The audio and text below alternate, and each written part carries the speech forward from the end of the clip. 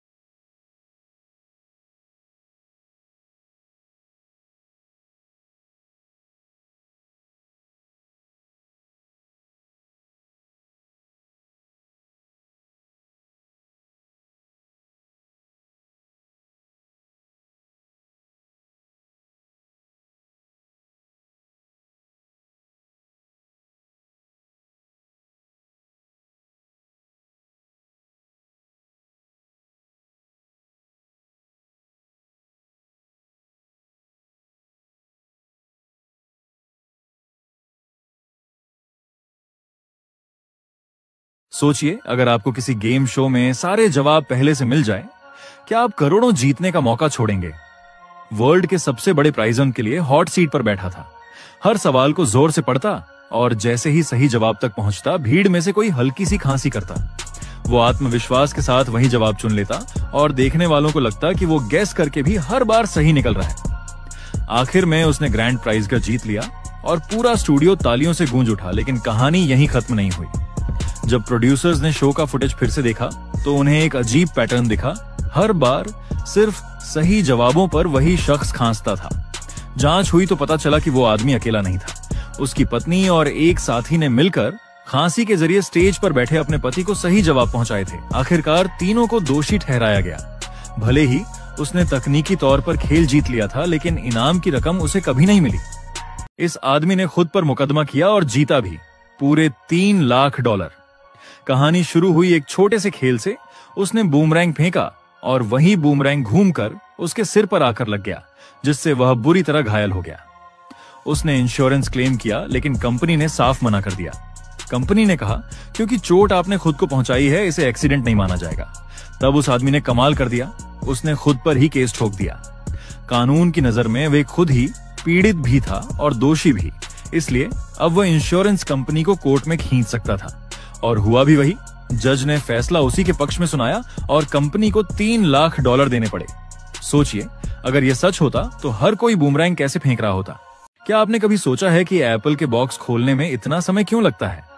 पहली नजर में लगता है कि यह बस ज्यादा टाइट सील किया गया है या कोई डिजाइन की गलती है, लेकिन ऐसा बिल्कुल नहीं है। असल में एप्पल ये जानबूझकर करता है और यही गुप्त ट्रिक उन्हें अरबों की कमाई करवाती है, क्योंकि जब बॉक्स धीरे धीरे खुलता है तो यूजर का एक्सपीरियंस ज्यादा रोमांचक और स्पेशल लगता है।